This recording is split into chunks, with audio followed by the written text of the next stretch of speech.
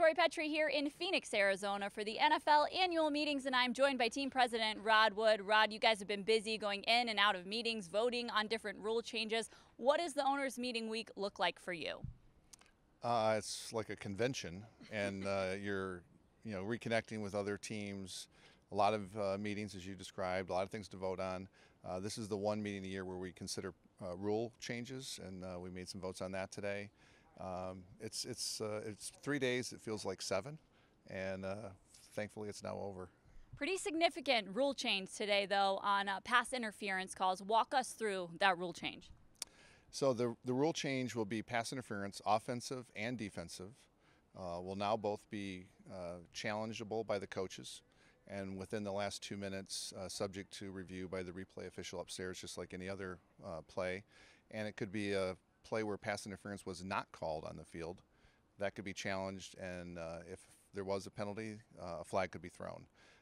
So it's another way, I think, of getting as many plays right as we can without expanding the number of times a play can be reviewed, because it's still subject to the number of challenges. So each coach gets 2. If they get both of those right, they get a third. If they use 1 on a pass interference play and it is not a penalty, they've used a challenge and they're down to 1. What was your stance on this rule change, and how do you think it affects the game? Well, our view is that anything that we can do to get more plays right, the better off we'll be.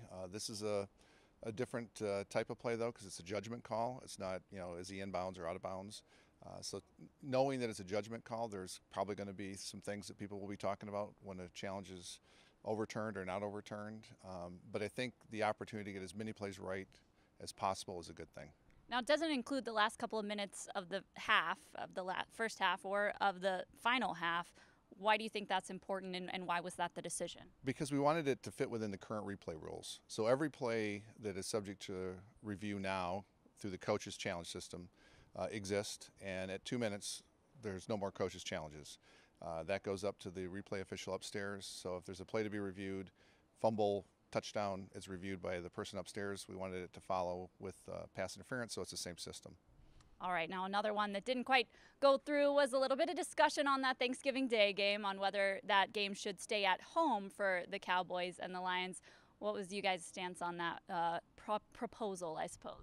Well, you could probably guess. I'd like to hear it from you, though.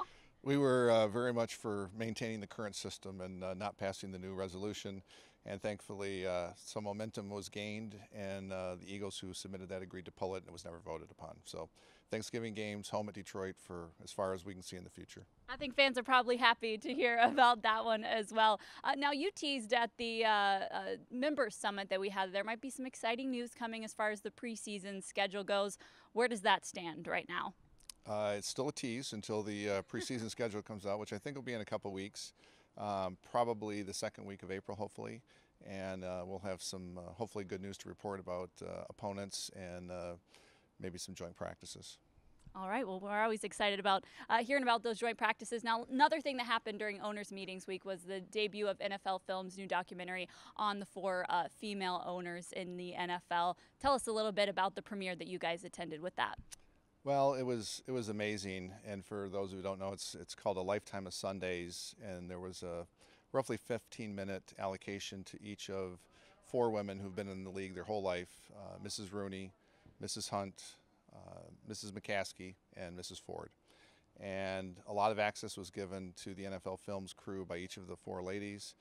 Obviously, we were more interested in one part of it than the other 3, but it was enjoyable all the way around, and it was emotional, it was funny, it was enlightening, and I think all 4 teams, cities, and women came off beautifully, and I think people will really enjoy it when they get a chance to see it.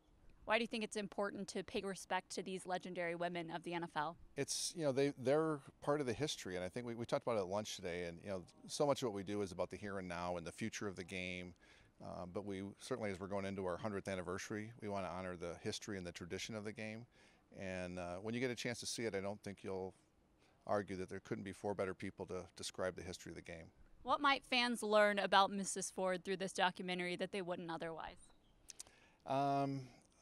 I think that they'll learn firsthand, maybe they already know this, is how much she really cares about the team and winning. And, she kind of pulled the curtain back a little bit and let NFL crews into my office where we meet every Tuesday and go through the post-game results, into her suite during a game day. So it's a really behind-the-scenes look at how involved she is and how aware she is of what's going on and how important the team is to her and her family. Any news on where fans might be able to watch that once it does become public? I understand that they're going to try and market it to a couple of cable outlets, so it could end up on a cable or streaming service. I think eventually NFL Network will carry it, but more to follow on that. It was just wrapped up. I mean, they were still doing voiceovers over the weekend, so it's a brand new, just put in the can film. Well, I'm personally looking forward to viewing it. That question might just be for my reference. So thank you so much for sharing with us about the owners' meetings and just about your time here and giving us some insight on the rules. Great. Thanks, Tori. That's Rod Wood for DetroitLions.com. I'm Tori Petry.